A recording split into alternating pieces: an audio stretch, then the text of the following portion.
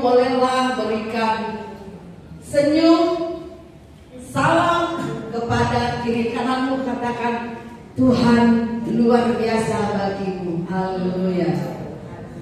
Ada yang belum? Nanti kalau belum nggak mendapatkan itu loh. Nubuatan Tuhan luar biasa terjadi dalam hidupmu.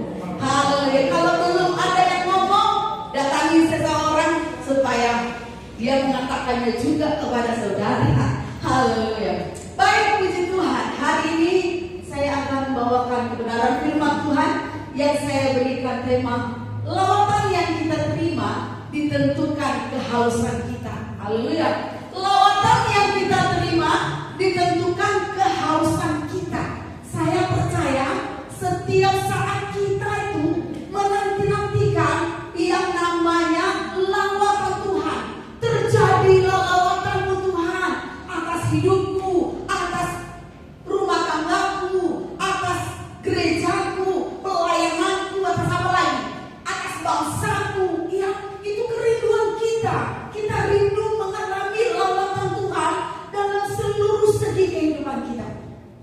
Ya, di dalam firman Tuhan hari ini kita akan belajar terlebih dahulu satu kisah di mana terjadi kelaparan dan kehausan yang hebat, kelaparan dan kehausan yang luar biasa. Ada beberapa kejadian di dalam firman Tuhan, ya.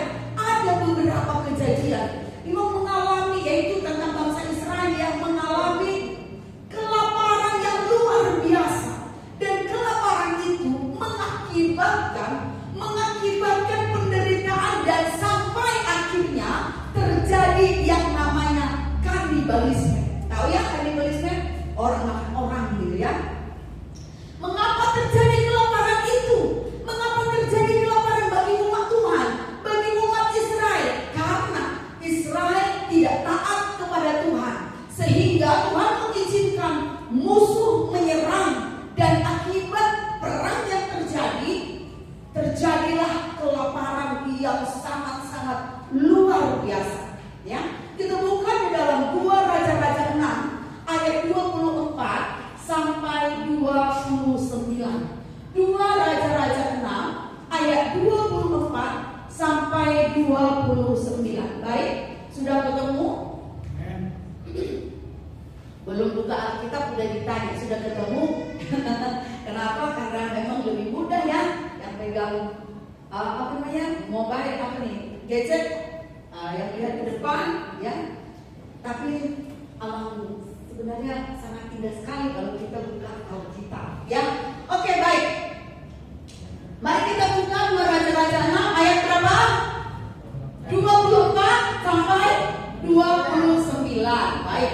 Kita akan bersama-sama membaca ayat yang mulai dari judulnya, ayat yang 24 saya dan Bapak Ibu Saudara yang diberkati ayat 25 dan ayat 29 kita bersama-sama. Tindakan Elisa pada waktu Samaria dikepung. Sesudah itu Ben-Hadad, Raja Aram, menghimpunkan seluruh tentaranya lalu maju mengepung Samaria. Maka terjadilah perang hebat di Samaria selama mereka menghubunginya, sehingga semua kamar dari harga 80 sikal perak dan seperempat kata hidup di bangsa 5 sikal perak. Ayat 26.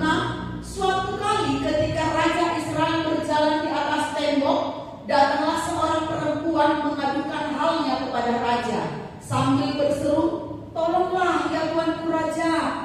Jawabnya, "Jika Tuhan tidak menolong kau, dengan apakah dapat menolong kau? Dengan hasil kebaikan telah Ayat 28. Kemudian bertanyalah raja kepadanya, "Ada apa?"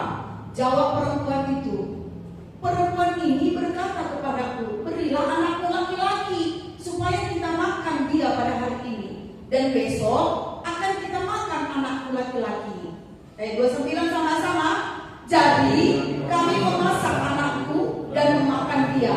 Tetapi ketika aku berkata kepadanya, pada hari berikutnya berilah anakmu supaya kita makan dia, maka perempuan ini menyembunyikan anaknya." Nih Bapak Ibu Saudara, kelaparan yang hebat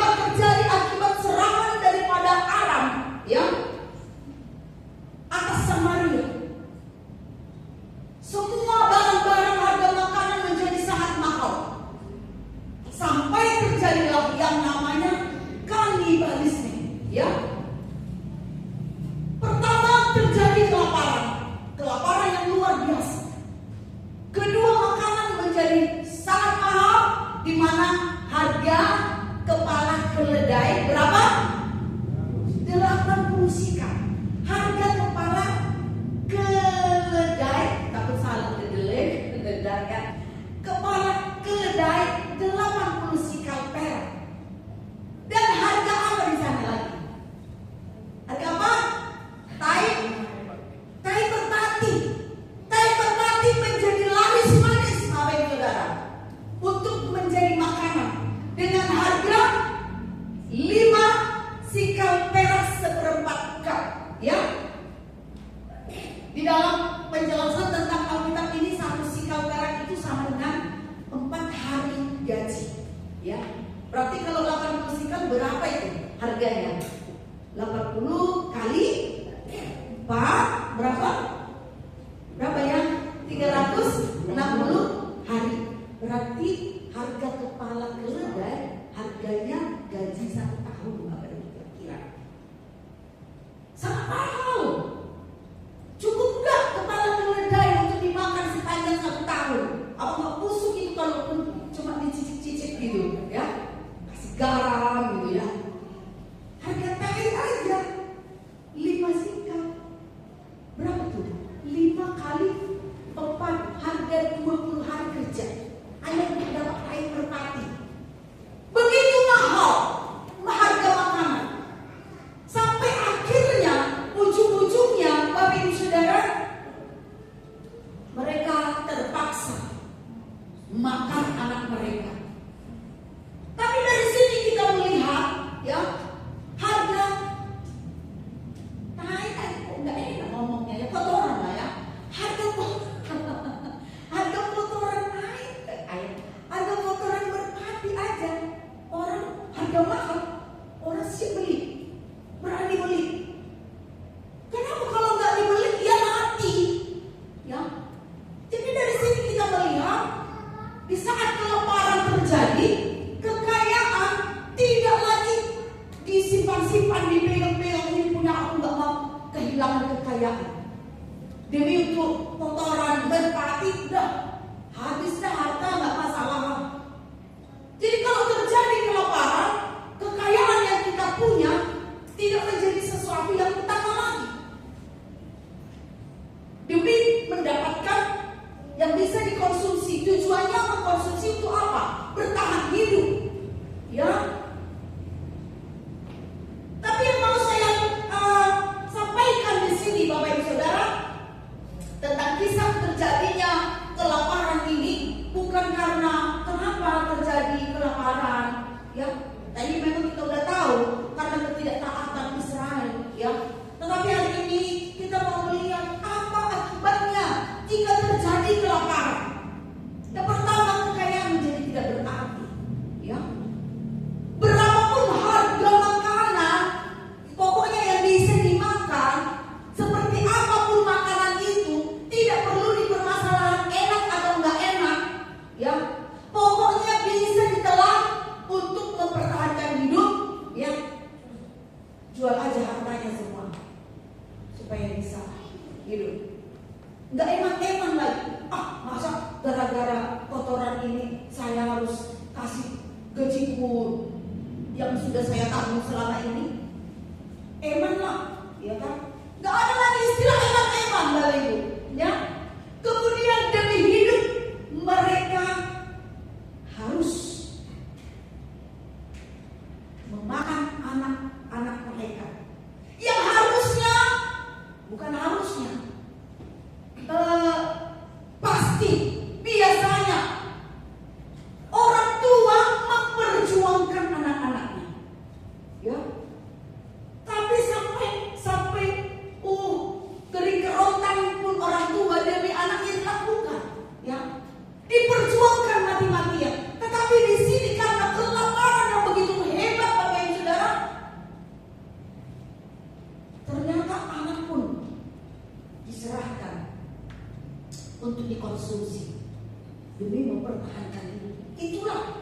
biasanya desakan kelaparan itu, ya. Desakan kelaparan membuat orang sudah tidak bisa berpikir dengan lebih normal, ya kan? Saya mau mengajak kita melihat bahwa ketika kelaparan melanda Bapak Saudara, maka apapun yang kita sukai, apapun yang kita cintai, apapun yang selama ini kita emak-emak, itu menjadi bukan sesuatu yang sangat penting lagi, ya. Jelas karena makanan, ya, karena makanan dan minuman adalah kebutuhan utama, kebutuhan pokok, kebutuhan dasar. Jadi kalau makanan dan minuman ini menjadi kebutuhan dasar, ya, berarti yang lain boleh di belakang. Makanan, kekayaan, apalagi riasan, rumah, gedung mewah, di belakang lagi itu. Lebih baiklah makanan dulu yang kita terima, karena itu adalah kebutuhan dasar. Dan itu terbukti terjadi ketika memang kelaparan melanda. Tidak bisa lagi kita mempertahankan, aduh aku suka sekali ini barang mewahku, aduh aku cinta sekali sama keluargaku ini. Ternyata desakan kelaparan itu membuat kita tidak bisa mempertahankan apapun yang kita sayang-sayangi, yang kita butuhkan. Sekarang mari kita membaca Matius 5 ayat 6. Matius 5 ayat 6. 1, 2, mungkin sudah pada hafal ya. Biasanya cuma mengawak itu gak suka menghafal ayat. Amin. Haleluya, buatan. Matius 5 ayat 6, 1, 2, 3. Berbahagialah orang yang lapar dan haus akan kebenaran, karena mereka akan dipuaskan. Berbahagialah orang yang lapar dan haus akan kebenaran, karena mereka akan dipuaskan. Bapak Ibu, kita perhatikan di sini. Kalau kebenaran dibandingkan dengan lapar dan haus, kebenaran dibandingkan dengan lapar dan haus, dengan makanan dan minuman.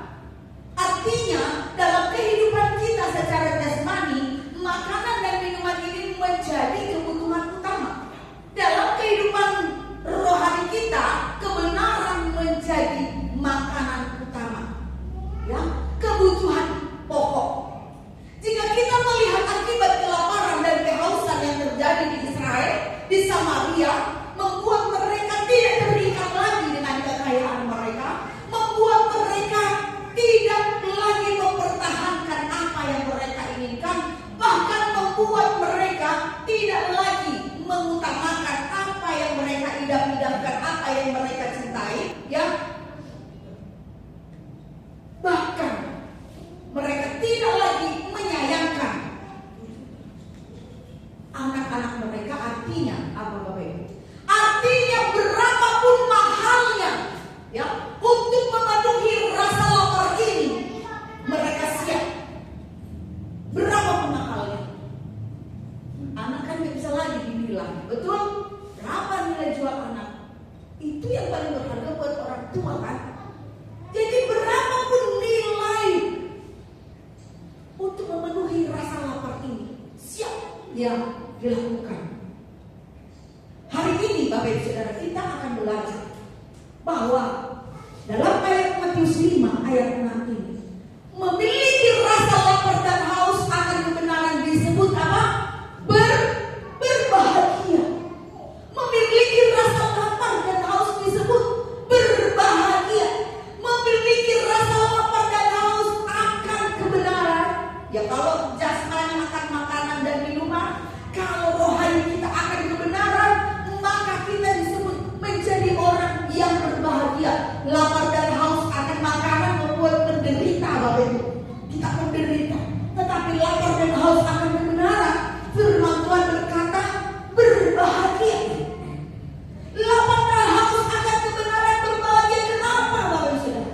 Kita mau lihat dulu yang pertama. Karena sikap saat lapar dan haus itu dibutuhkan untuk mencari kebenaran, ya. Sikap lapar dan haus itu seperti apa? Yang pertama, tidak ada yang lebih penting selain daripada kebenaran, ya.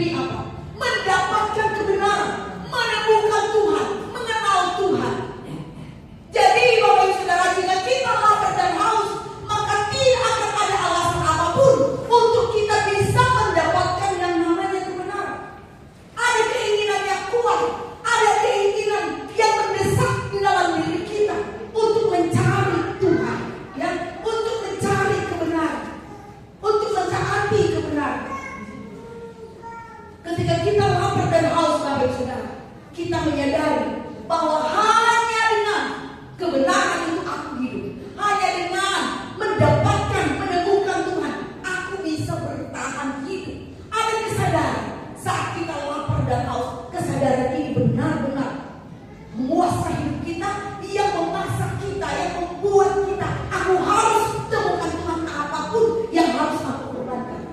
Ini luar biasa. Makanya ketika saya berkata, berbahagialah orang yang lapar dan haus. Biasanya ketika kita membaca ayat ini, kita hanya cukup merenungkan lapar dan haus, saya berarti butuh, ya, butuh.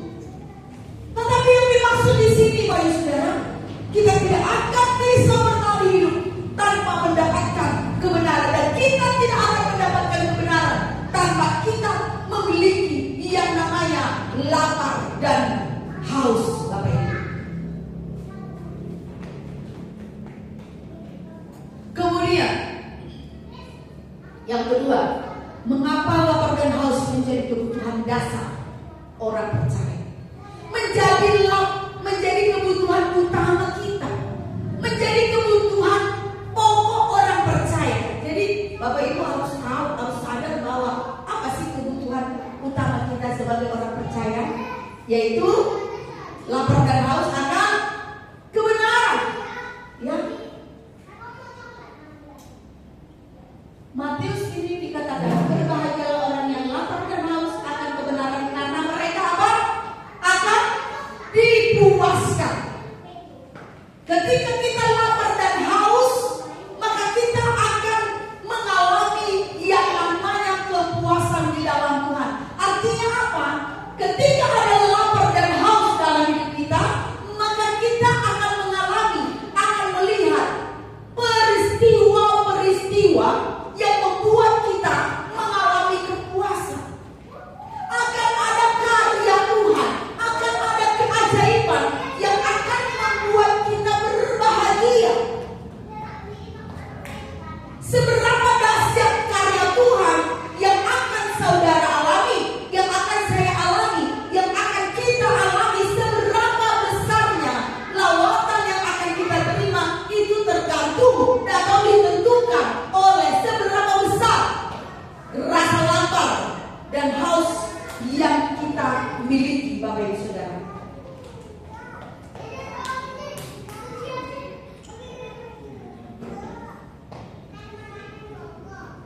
Rasa lapar dan haus itu sangat dibutuhkan untuk mendapatkan kebenaran, Bapak Ibu Saudara. Kalau kita sudah lapar dan haus, ya, seperti apapun makanannya itu, kita akan lahap dengan rakus, ya. Bukan karena enaknya, ya, tidak. Mau makanannya enak, mau makanannya pahit, mau minumannya dingin, mau panas, mau pedas. Kalau memang udah benar-benar lapar dan haus, Bapak Ibu Saudara, jangankan dikasih gratis, udah pahit nih, mahal pun dibeli, betul? Betul? Kalau memang lapar dan haus itu luar biasa, ya, makanan yang gak enak, yang pedas, yang pahit, minuman yang gak enak, dikasih gratis pun mau, ya kan? Orang bayar mahal aja sih.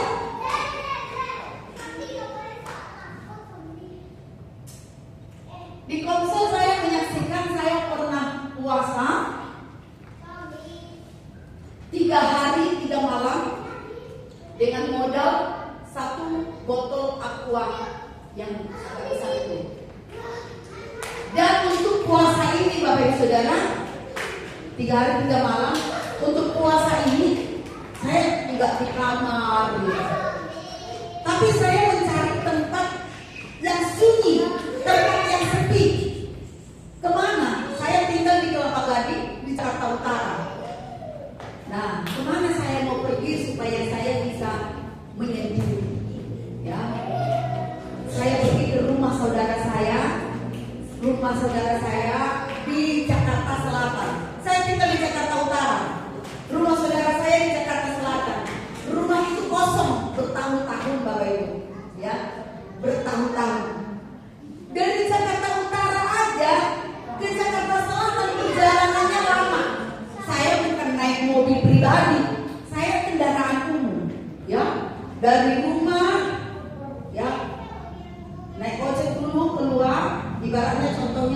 dari rumah Ibu Saleh itu keluar, setelah itu naik bis, selesai naik bis lagi, selesai naik bis, naik angkot lagi, selesai naik angkot, jalan kaki ke rumah, ya kira-kira setengah dari jalan besar ke rumah Ibu Saleh. Begitu perjalanannya jauh, yang ditemukan, yang didatangi apa? Bukan mall, bukan rumah yang segar sejuk, tetapi rumah yang sudah kosong bertahun-tahun. Ya, saya ke sana dalam kondisi lapar, Bapak Saudara. Dengan modal satu liter itu ya, berapa itu? Yang besar itu, aqua. Itu saya memang sering saya lakukan, ya. Bukan hanya 1, 2, 3 kali, sering. Jadi puasa selama 3 hari, tidak makan, tidak minum. Ketika saya di sana, Bapak Ibu, ya, hari pertama masih ada modal kalau satu botol ini ya. Hari kedua udah mulai gemetaran. Hari ketiga, rasanya tubuh itu panas. Ya kan kalau kita lapar panas kan, tubuh lapar lemas, tidak berdaya. Gimana saya ini pulang? Tapi walaupun saya begitu, bulan depannya tetap saya lakukan. Ya, gimana saya bertahan? Saya harus jalan kaki keluar untuk mendapatkan angkot. Ya, akhirnya lewat tukang tape, Bapak Ibu. Itu perumahan. Perumahan itu gak ada orang yang berkeliaran di situ. Ya, jadi lewat tukang tape isinya itu yang di plastik ini isinya 2-3 biji itu. Harusnya saya butuh minum, tapi yang lewat kan itu. Ya udah itu aja. Pokoknya saya bisa bertahan. Ya, pokoknya saya bisa bertahan untuk melanjutkan perjalanan saya yang masih jauh akan kembali ke Jakarta. Saya makan lagi tape. Udah 3 hari kosong. Saya makan. Begitulah saya untuk jalan kaki untuk menemukan angkot, Bapak Ibu Saudara. Mata ini lihat ngapain? Cari di mana ada jual air, tapi saya nggak mungkin pergi jalan jauh lagi untuk mencari air. Saya langsung menemukan angkot. Ya kalau ada menanti, aduh, semoga ada jual air di sini yang jual air gitu. Jadi artinya begini, Bapak Ibu Saudara, ketika kita lapar, ketika kita haus, apapun itu, ya, nggak perlu dipertimbangkan. Walau saya sudah bertahan begitu lapar, kalau ada minuman, tak mungkin saya bertanya, ini enak enggak? Rasa apa? Ini rasa melon atau rasa anggur? Enggak ditanya lagi. Pokoknya ini minuman. Pasti saya akan dengan rakus menghabiskannya, Bapak Ibu Saudara. Ya. Jadi begitulah rasa lapar dan haus. Kita buka satu ayat. Yesaya 44 ayat 3, ayat terakhir. Yesaya 44 ayat 3. Yesaya 44 ayat 3.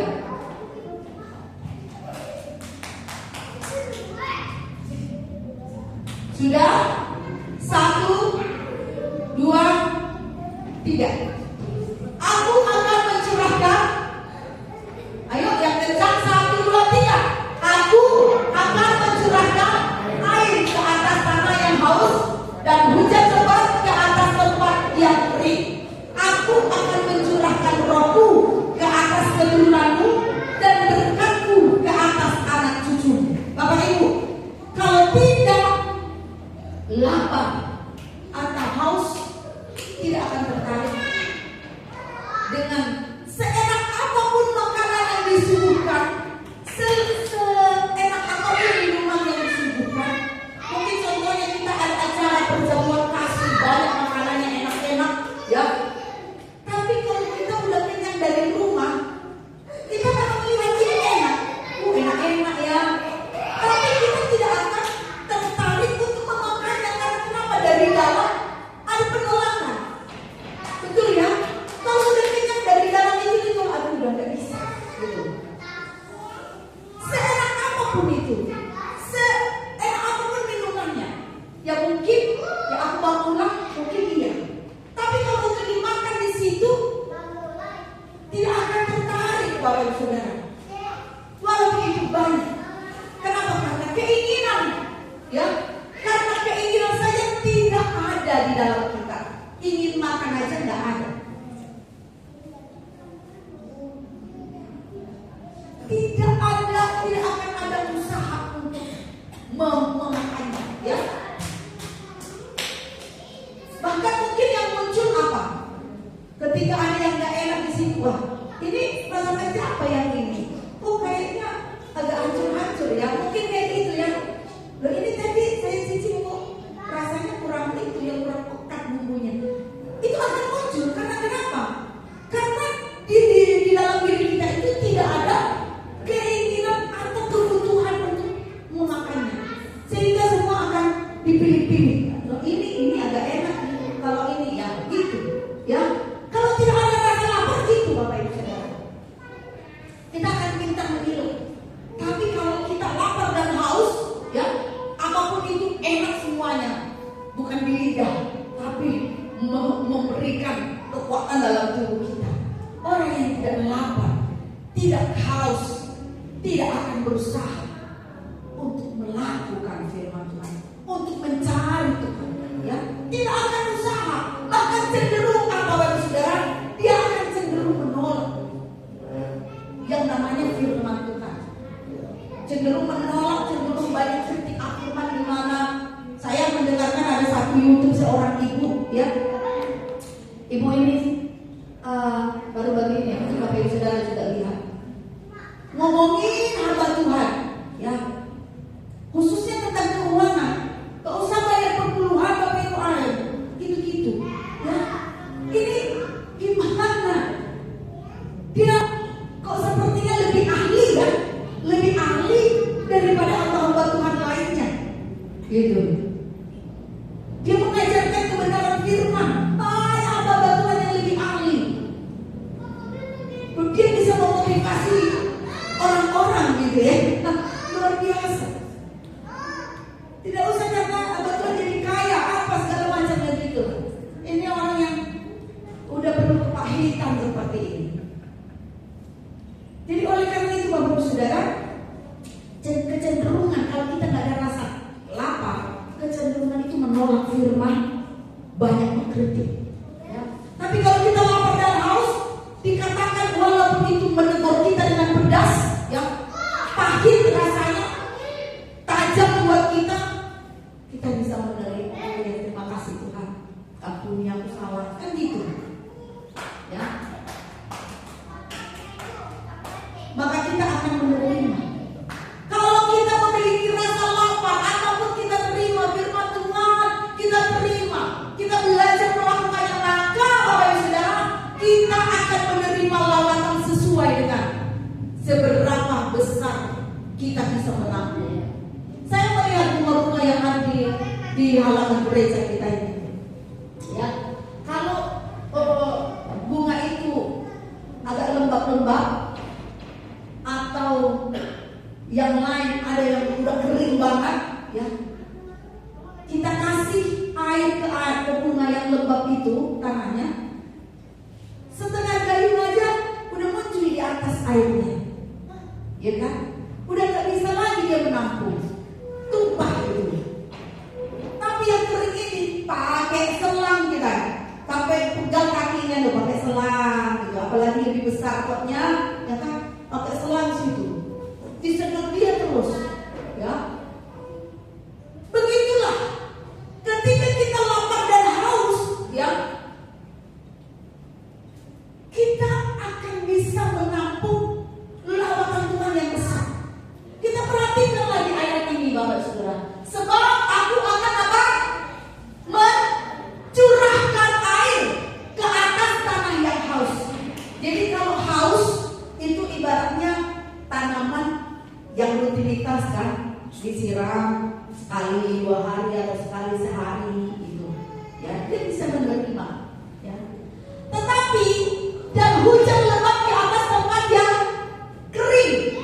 Tapi kalau kita benar-benar haus banget, dia membutuhkan hujan lebat, dia membutuhkan air yang lebih banyak, dia bisa menampung lawatan yang lebih hebat, Bapak Ibu Saudara. Jadi kalau kita mau bertanya, bagaimana saya mau mengalami lawatan Tuhan dalam keluarga saya atau dalam gereja ini, ya, bagaimana caranya? Harus kita sepakat memiliki rasa lapar dan haus. Rasa lapar dan haus, Bapak Ibu Saudara. Itulah sebabnya penting sekali lapar dan haus akan kebenaran ini. Kalau kita mau melihat lawatan yang lebih besar lagi, maka tingkatkan rasa lapar dan haus kita akan Tuhan, ya. Karena banyak orang Kristen, Bapak Ibu Saudara, banyak orang Kristen, banyak jemaat, banyak pelayan-pelayan Tuhan, banyak hamba Tuhan juga, walaupun melayani tapi gak haus, ya. Hanya rutinitas,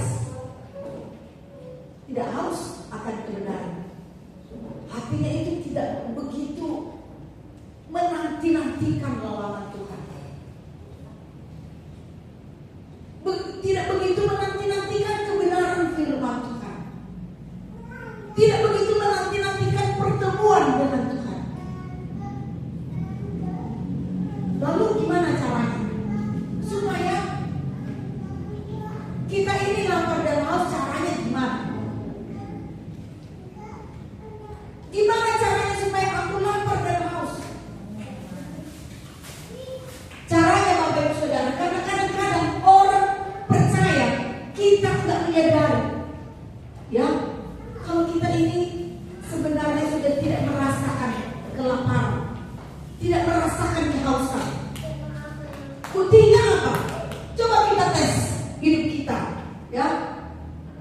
Dalam satu hari, berapa lama kita mencari Tuhan? Dalam 10 hari.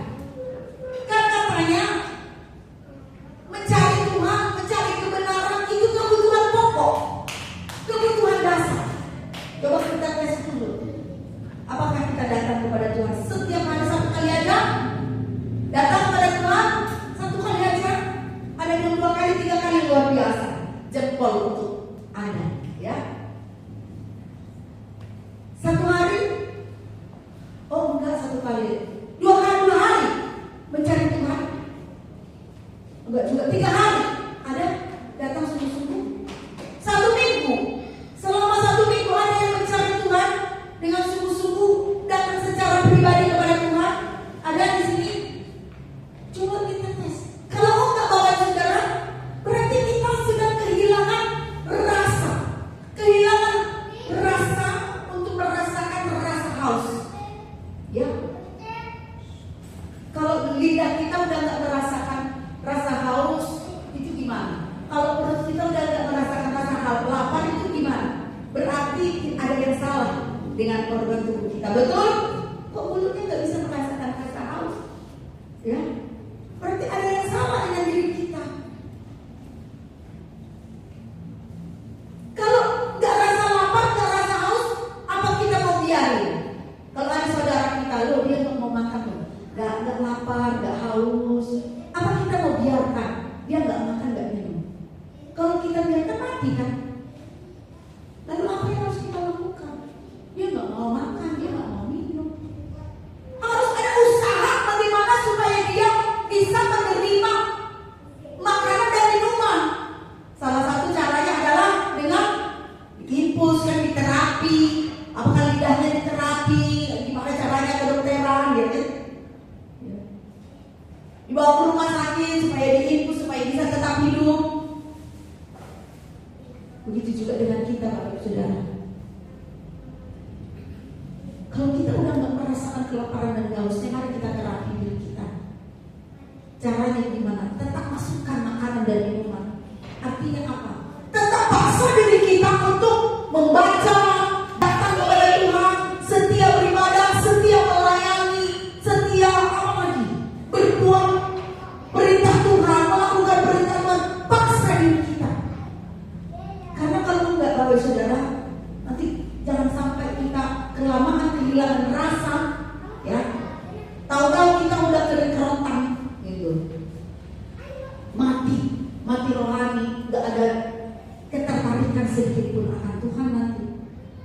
Jadi oleh karena itu, Bapak Ibu, mari kita terapi diri kita. Kita paksa diri kita untuk membaca. Gak ada waktu, gak sempat, atau malas, bosan, jenuh. Apalah alasannya? Sibuk, apalah alasannya? Tetap harus dipaksakan. Supaya apa? Supaya kita gak mati. Gak tertarik apa? Ya kalau udah lapar, gak haus, memang udah gak tertarik. Terus gimana? Paksakan, Bapak Ibu. Harus, hari ini harus, ya, harus ada. Karena kalau enggak, Bapak Ibu, wah, kita nggak bisa nih. Kita kan menanti lawatan Tuhan. Tapi kalau nggak ada rasa lapar dan haus, nggak bisa. Nggak usah. Apa tuh lagu yang ada lawatan Tuhan itu? Dicurahkan kepada kita seperti yang dijanjikannya. Kok nggak ada lawatannya? Yang mana lagunya? Berluayan jiwa-jiwa dan berkarya yang melimpah, dicurahkanlah. Gimana kita mau menerima dicurahkan kalau kita nggak punya daya tampung, Bapak Ibu? Kita nggak bisa mau curahkan lah. Aku ini mau curahkan tempatnya mana? Itu kan, curahkanlah lawatanmu untuk keluargaku, untuk hidupku, untuk gerejaku.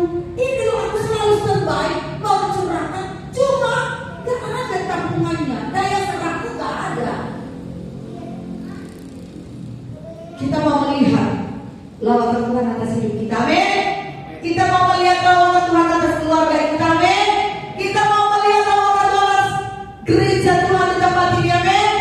Mari kita munculkan rasa lapar dan haus dalam kehidupan kita. Tadi saya infokan bahwa nanti kita akan rapat untuk membicarakan tentang doa kenaikan Tuhan Yesus dan doa 10 malam. Mari kita gunakan kesempatan ini untuk menterapi diri kita. Kita nggak senang, kita nggak tertarik, bosan, jenuh, apalagi sibuk. Mari kita usahakan untuk membangkitkan rasa lapar dan haus kita akan Tuhan. Kita persiapkan diri kita, Bapak Ibu Saudara, supaya ini kita mengalami hujan lebat dicurahkan kepada kita seperti tahu lagu ini. Oh Pak Koko, kita nyanyikan lagu ini dulu deh. Seperti yang di Korado yang main keyboard kalau begitu. Di jalan ada Cak Agnes, mana Cak Agnes? Ya, kita mau nyanyi lagu ini dulu. Haleluya. Ya, yuk, mari coba. Gak tahu?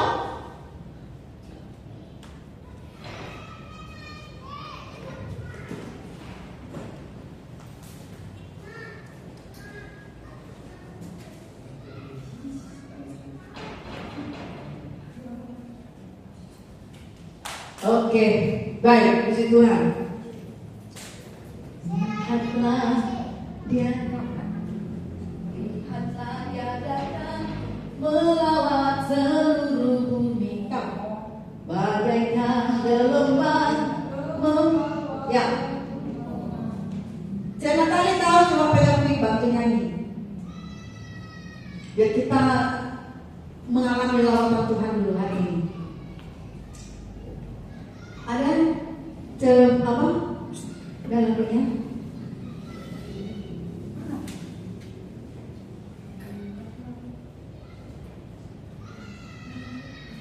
Siapa yang menantikan lawatan Tuhan, angkat tangannya. Amin. Kalau saya sih nanti banget ya.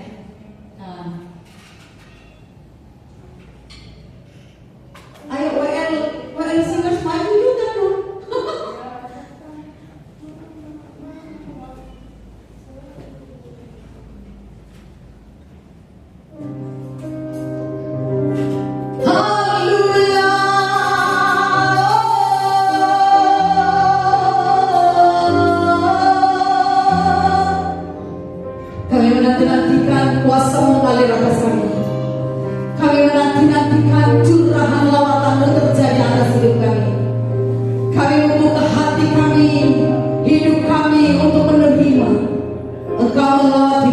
Haleluya.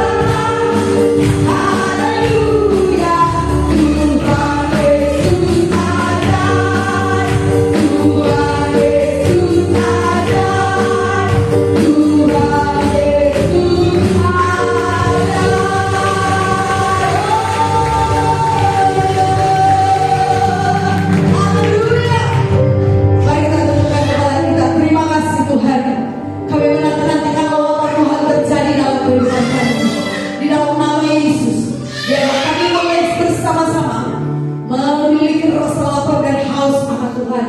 Di dalam nama Tuhan Yesus saat ini Tuhan urapi semua kami, supaya kami boleh kembali mencari Tuhan dengan segenap hati kami. Dalam nama Tuhan Yesus, terima kasih Bapa. Kami berdoa dan mengucap syukur. Sama-sama kita katakan amin. Silakan duduk dalam hadirat Tuhan. Kita akan persiapkan hati kita. Kita akan menerima perjalanan hari ini. Saya mengundang petugas boleh maju ke depan.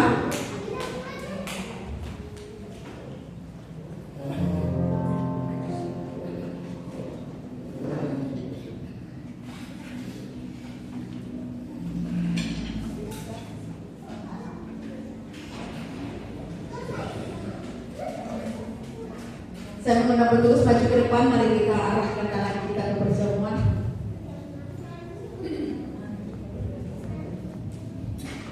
Haleluya. Bapak, saat ini kami mau bersekutu dengan tubuh dan darah. Berkati perjamuan yang ada di hadapan kami, supaya lewat perjamuan hari ini kami boleh mengalami kuasa kesembuhan, kuasa pemulihan atas seluruh kehidupan kami, atas seluruh keadaan kami. Di dalam nama Tuhan Yesus, berkati anak-anakmu yang bertugas membagikan perjamuan hari ini ke urapi, sehingga menjadi berkat bagi kami semua. Di dalam nama Tuhan Yesus kami berdoa. Haleluya. Amin.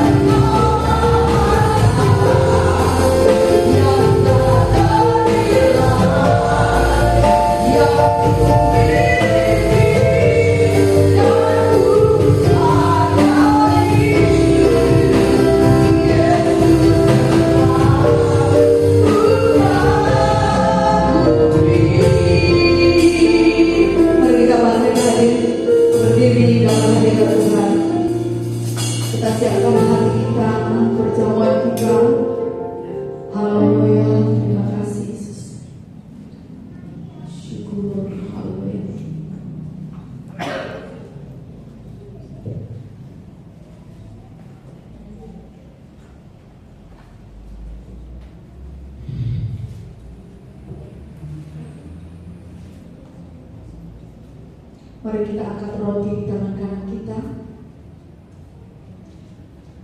Haleluya. Dengarkanlah Pujilah Tuhan hai jiwaku, pujilah namanya yang kudus hai segenap batinku. Pujilah Tuhan hai jiwaku dan janganlah lupakan segala kebaikannya. Dia yang mengampuni segala kesalahanmu, yang menyembuhkan segala penyakitmu. Dia yang menebus hidupmu dari lubang kubur, yang memahkotai engkau dengan kasih setia dan rahmat. Haleluya.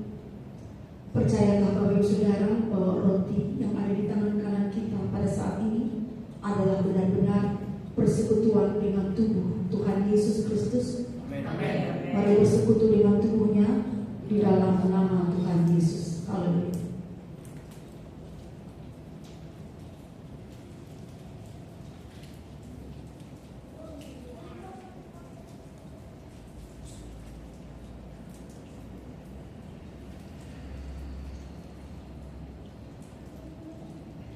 Mari kita angkat cawan melebihi kepala kita.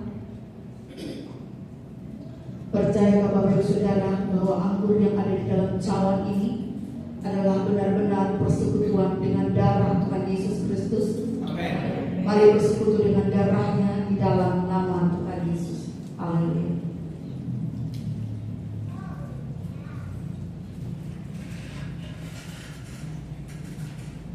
Terima kasih Yesus. Haleluya. Terima kasih Tuhan buat tubuh dan darah-Mu yang menyatu dalam tubuh kami. Tubuh dan darah-Mu menyimpan segala kelemahan, menggantikan dengan kekuatan baru, mensucikan hidup kami dan memberikan pemulihan dalam hati. Terima kasih buat tubuh dan darah-Mu menjadikan kami memiliki kekayaan ilahi. Oh, kami bersyukur. Kami menerima kebebasan, kami menerima kelepasan, kami menerima kemerdekaan, kami menerima kekudusan. Haleluya. Terima kasih Tuhan atas tubuh dan darah-Mu yang sudah menyatu di dalam tubuh kami saat ini. Kami terima kuasa-Nya membersihkan, menguduskan seluruh kehidupan kami. Saat ini pemikiran kami baru, hati kami baru di hadapan Tuhan, memikirkan tentang karya, kebaikan, kemuliaan, kesucian Tuhan di dalam nama Tuhan Yesus. Biar hidup kami saat ini lebih lagi diperlengkapi untuk kemuliaan nama-Mu. Terima kasih untuk tubuh dan darah-Mu. Kami telah menerima kuasa yang sama ketika Tuhan Yesus mati di kayu salib. Dalam nama Yesus melepaskan kami dari segala belenggu dosa, membebaskan kami untuk menjadi orang merdeka, menjadi pelaku kebenaran firman Tuhan. Di dalam nama Tuhan Yesus kami berdoa dan mengucap syukur. Haleluya. Amin. Tuhan Yesus memberkati. Silakan duduk kembali.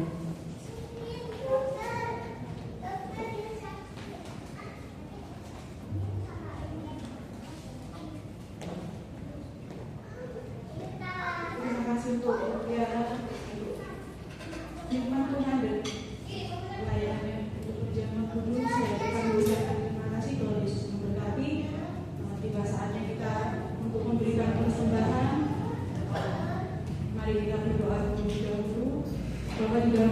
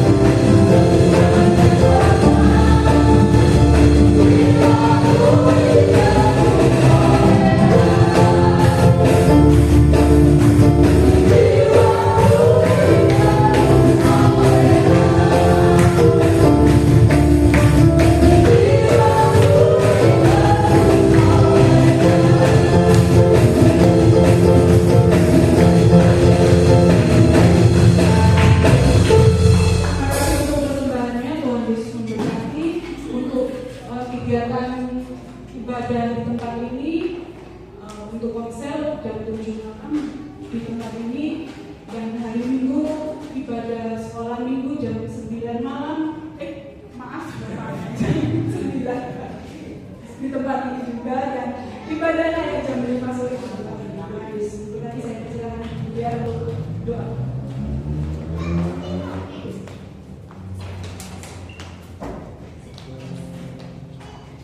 Baik, haleluya. Mari kita bangkit berdiri, kita agung-agungkan Tuhan kita.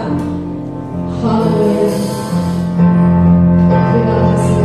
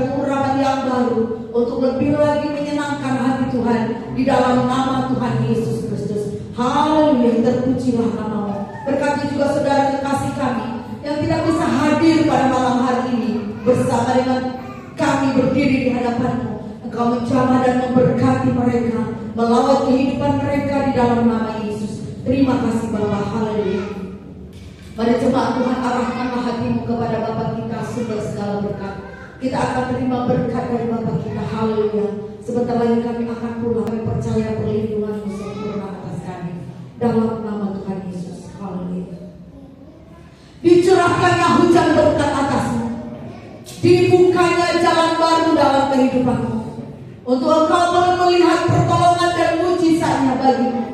Ditolongnya engkau dalam kesesakanmu, dan dibuatnya engkau berlimpah di dalam sukacita, di dalam nama Tuhan Yesus, dan dijadikannya engkau menjadi saksinya untuk menyaksikan tentang kedahsyatannya. Dalam nama Tuhan Yesus, damai daripada Allah Bapa, cinta kasih dari Tuhan Yesus, persekutuan dari Roh Kudus menyertai engkau dari sekarang sampai selama-lamanya. Tuhan Yesus memberkati. Amin. Bapa kami yang di surga, dikuduskanlah namamu, datanglah kerajaanmu, jadilah kehendakmu di bumi seperti di surga. Berikanlah kami pada hari ini makanan kami yang secukupnya, dan ampunilah kami akan kesalahan kami, seperti kami juga mengampuni orang yang bersalah kepada kami. Dan janganlah membawa kami ke dalam pencobaan, tetapi lepaskanlah kami daripada yang jahat. Karena Engkaulah yang mempunyai kerajaan dan kuasa dan kemuliaan sampai selama-lamanya. Amin. Tuhan Yesus memberkati.